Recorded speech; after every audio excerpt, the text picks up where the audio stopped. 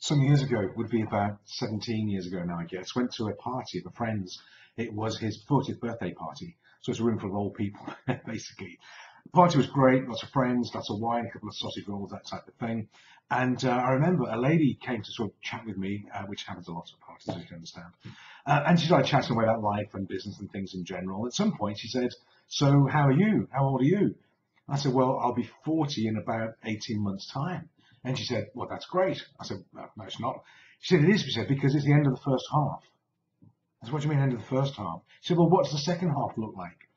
"Second half of what?" "Well, second half of your life. What are you going to do with your life in the second half? What's it look like?" And I had no idea. Anyway, she smiled and wandered off and met somebody else. Anyway, I thought about that. I thought, what does the second half look like?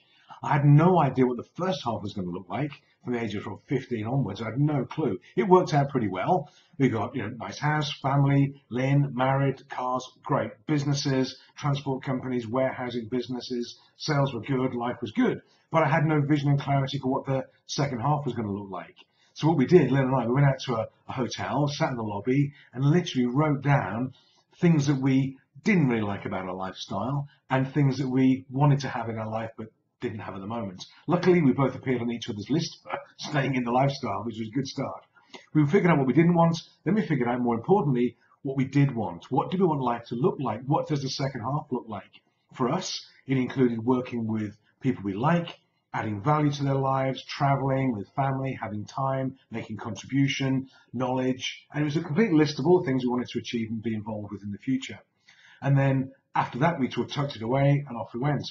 What happened was, within a couple of months of writing that down, we moved away from our recruitment and transport warehousing businesses, got rid of them, and started our coaching and training business. We put a lot of money into it. We invested in ourselves, took a big risk in hindsight. It wasn't a risk, but big risk, did all the things we were advised not to do by family and friends, and created this thing based on what we wanted.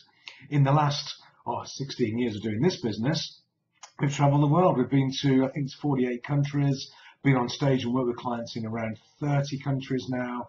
We have the best clients in the world. We are friends with all of them. We add value to them. They stay with us. They like us. It's a privilege to be associated with them. We do workshops and events. Anyway, it's not a plug for me, but that's what we wrote down 15, 16 years ago, and it came through. So the trick is, how do you get what you want in life, and what's the second half look like for you? You don't have to wait till you're 40. This works at 20 or 30 or 40 or 60, 70, 80. It doesn't matter. Job number one, figure out what you don't want. You've got to create the space for what you do want to go into it. Most people know what they don't want in their life, but they don't get rid of it and replace it with something else. They just hang on to it. So figure out what you don't want, be clear on what you do want, write it down, and just decide, what does the second half look like? What does the next 5 years look like? The next 10 years? Who's going to be in your life? What does your business look like? What's your professional career look like? What people will you surround yourselves with?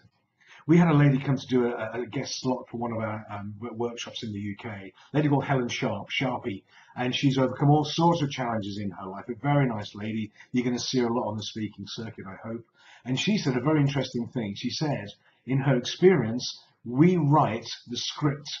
We write the story for our lives. We hold the pen. We hold the pencil. And it's absolutely true. You hold the pen. You hold the pencil for your life. Write down what the script looks like, and then live it and go for it. In the movie of life, you're the director, the producer, the actors. You star in your own movie. You write the screenplay, you write the music for it. Write your own movie and then start to live up to the expectations you impose on it. So that's what we did. It was quite a bit of a risk, but actually we do it all the time now. It's not a risk at all. It's good fun. What does the second half look like?